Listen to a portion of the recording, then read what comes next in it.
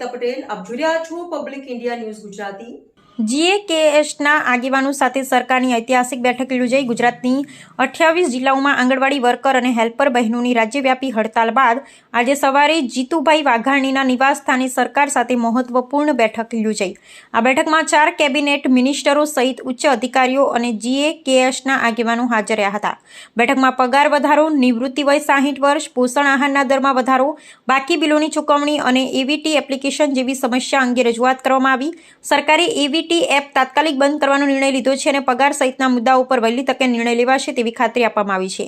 સાથે જ પોષણ આહારના બિલો એડવાન્સમાં આપવા અને બાકી ચૂકવણી ઝડપથી કરવાની સૂચના આપવામાં આવી છે।